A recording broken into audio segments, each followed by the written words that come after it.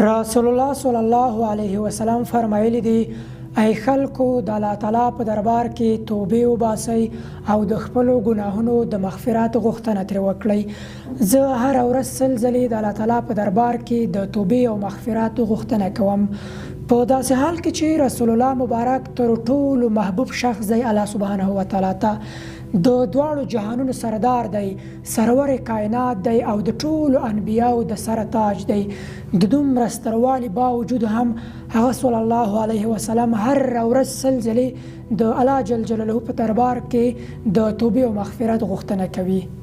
نو بیا زه او ته چې خطاکار او ګناهګاره بندگان یو، آیا کله مو هم د ورځې یو ځل د الله تعالی په دربار کې د خپلو ګناهونو او د خپلو کړنو د خپلو عملونو د مغفرت او توبې غوښتنه کړې ده؟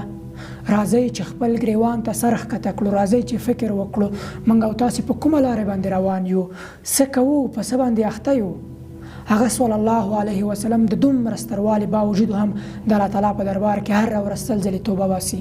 خو زه او ته چې د ژوند په ګناهونو باندې اخته یو، آخرت رانه هیر شوی دی، مرګ مو هیر کړی دی، په دې هڅه کې یو چې څنګه مال راټول کړو، ژوند څنګه ښکلی کړو، هغه څنګه وکړو او دا څنګه وکړو.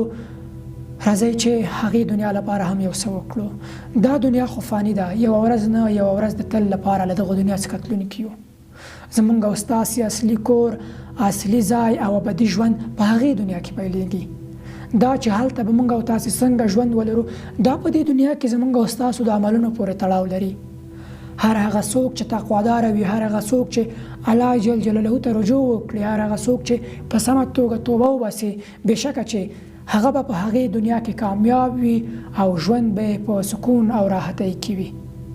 حتی که ستاسو ګناهونه دومره زیات وي چې د ځمکې او اسمان ترمنځ دغه ځای چې ده دغه ډک کړي، خو که چېرته تاسو په سمه توګه په واقعي معنا او په رښتینې توګه توبه وکړئ، نو الله جل جلاله به ستاسو توبه قبوله کړي او ګناهونه به مو در معاف کړي او هغه ابدي ژوند مو چې کوم ده هغه به مو په جنت کې کړي. له لیدلو څخه مو نړۍ مننه. هیلهمند یم چې زموږ یوټیوب چینل هم در سره سبسکرایب کړئ تر څو د دې چینل نورې ویډیوګانې هم تر تاسو در ورسیږي. په باوري ډول ویلی شم که دغه ویډیوګانې مو له نورو دوستانو سره شریکې کړې د عبرت، درس او ثواب په خاطر، نو الله سبحانه وتعالی به درته اجر او ثواب درکړي. موږ هڅه کوو چې دې ته ورته نورې ګټورې او علمي ویډیوګانې تر تاسو در ورسوو، ستاسو د ملتیا او همکارۍ په هیله.